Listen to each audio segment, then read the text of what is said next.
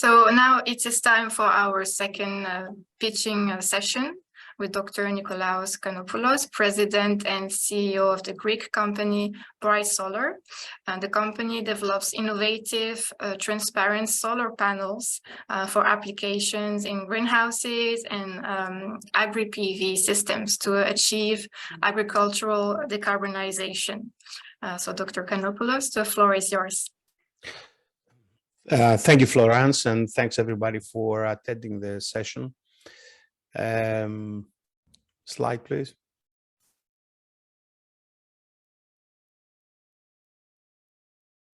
It is coming. Okay. So Brite is a startup company that is based in Greece and has been developing the means for dual use of land, meaning production of agricultural crops and energy. Next slide, please.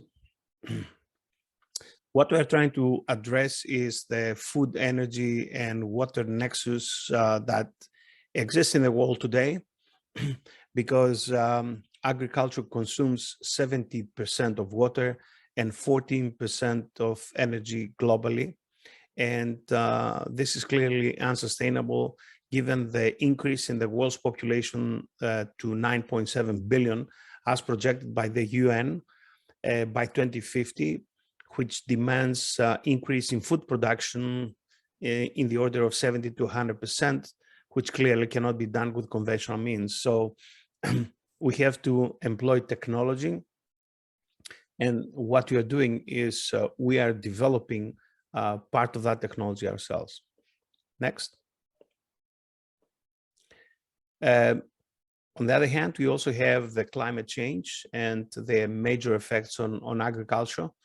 The temperatures cause shift in region crop viability. In many regions, it's too hot to farm crops, increase for water needs, and the population of the decline of the bee population. And this is important because bees are used or are the main pollination means in agriculture. We also have longer growing seasons. And of course, extreme weather in terms of frost, hail, rain, and drought cause major impacts on crop yield. And water variability, we see it in major markets like the US and in Europe, where we have long periods of dry weather and heavy regulation on drilling for water. Next, please. The potential solutions for that is controlled environment agriculture, which is greenhouse farming, because you have complete control of the environmental conditions, light, temperature, humidity, and CO2 quantity. You can control that 100%. And then we know that in greenhouse farming, we can increase the yield by 10 times using 1/10 of the water and have complete protection against weather conditions. The other thing is to use crop coverings, which is in order to provide crop protection from hail, wind, frost, heat, birds, precision watering, shades, and then you have a plus 20% in terms of yield while using 20% less water. Of course, the benefits come for a price, and the price is energy usage, which can be tenfold. So what we are trying to solve in our company is the energy problem and make these agricultural solutions essentially energy autonomous or CO2 neutral. Next, please. So our solution is a transparent panel, a panel that allows light to go through so that the crop yield is not affected and at the same time produce energy. And as you see in the lower right corner, this can be done in a greenhouse environment, or in the upper right corner, it can be done in open agriculture, where the panels are used in order to protect the crops and at the same time produce energy. Now, the IP in our technology is that we have invented nano-coating materials that absorb UV light, which is useless for both plants and solar cells, and shift it to the photosynthetic active light, which means the areas of the visible spectrum where the plants photosynthesize, and therefore we take energy that is not used by either plants or solar cells, and we move that energy to an area of the spectrum where both plants and solar cells can use it. So the panels are semi-transparent and they are adapted, the transparency is adapted to the crops under the panel. We use high efficiency crystalline solar cells to produce the energy, and the water evaporation is reduced while rainwater can be recovered, can be collected and given to the farmer, so the farmer can water the plants at the time watering is needed and at the quantity the plants require watering. Next, please. So the effect of the shift on the photosynthetically active radiation is shown here. This is a study done on our product by Wageningen University based in Holland, one of the best agricultural schools in the world, where basically when they compare our panel with the regular glass, they see an increase in the PAR in the region of 600 to 650 nanometers, whereas the second photosynthetic region for the plants of about 9%, which is very significant for plant growth. Next, please. Also, our product, the transparent solar panel, offers uniform shading, which is critical for uniform plant growth. On the right side, you see a science fair project, a simple project where it shows a potted plant seeking the light where the light is.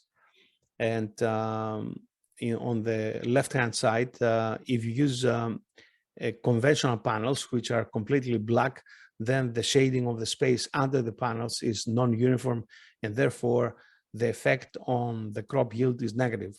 In our technology, on the left lower corner, in a greenhouse, in this case, shown that provides uniform lighting all over the crop cultivation space. Next, please. The same thing applies to open field agriculture. And this one shows you two particular examples, one with conventional panels and one with transparent panels. Go ahead. Next, please. So our transparent panel protects and allows light intake adapted to crops. So different crops have different panel transparencies on top of them in order to maintain the crop yield and generate solar energy. To give you an example of what the impact can be, in the European Union, the vineyard area is 3.2 million hectares. Assuming 1% of the EU vineyards, or 32,000 hectares, the size of Paris, is covered with 80% transparency panels. Then these modules, of course, protect and enhance the grape crops. But in addition, we could have solar power of 15 gigawatts or 1.1 times the current solar capacity installed in France. The CO2 avoidance is 2.62 million tons per year, or the CO2 footprint of 290,000 French people. And the electricity production revenues is about the equivalent of 5 million French people's consumption, and about 1 billion euros per year. Of course, the same applies to berries, apple, peach trees, etc., for sustainable farming. Next, please. So the markets and where energy and agriculture can thrive. On the left-hand side, you see the population density by geographical latitude, and the deep color red is where most of the population of Earth is concentrated. And you see that the solar potential in those areas is also great. So in other words, we can have the most impact by installing agri-PV or agriculture and photovoltaics on the same piece of land in areas where there are lots of people, and at the same time, the solar potential is very high. Therefore, we have the most impact. Next, please. We've done pilot projects and also custom installations for both greenhouses and agri-PV systems. Here is an installation over blueberries in open field agriculture in Holland, where we protect the plants, we generate energy, and at the same time we collect rainwater, we give it to the farmer, and the farmer manages the water, stores and uses it when the conditions are right for watering, and of course at quantity needed by the plants. Next, please. This is some real data on blueberries that show that essentially when you compare different kinds of blueberries grown under the canopy and in open field, the yield of the crop under the canopy is better versus open field, provided, of course, that there's not a major weather disaster in the area. Because we had a case in Holland where a farmer using our stuff over the farm, in a case of adverse weather, had no impact on the crop yield, and 2 kilometers away, the same type of farming, blueberries, it was devastated by weather to the rate of 60%. So 60% crop yield loss based on the weather, zero impact on the blueberries under the canopy. Next, please. So there are some competitive solutions here. I'm not going to go through this in this detail, but the message is that the competitive solutions are either films that they're placed over panels, or there are fixed transparency panels. Fixed transparency panels means that the solution either fits to the crop or not. And if it doesn't fit to the crop or it affects the crop negatively, then most farmers will not use it. In our case, we offer the highest flexibility because we adapt the panel transparency to the crop under the panel. And also we have for a given transparency, we have the maximum power installed, or for a given maximum power on the panel, we have the maximum transparency required by the crops. So we optimize both transparency and power installed in order to have an optimal solution for a given crop. Next, please.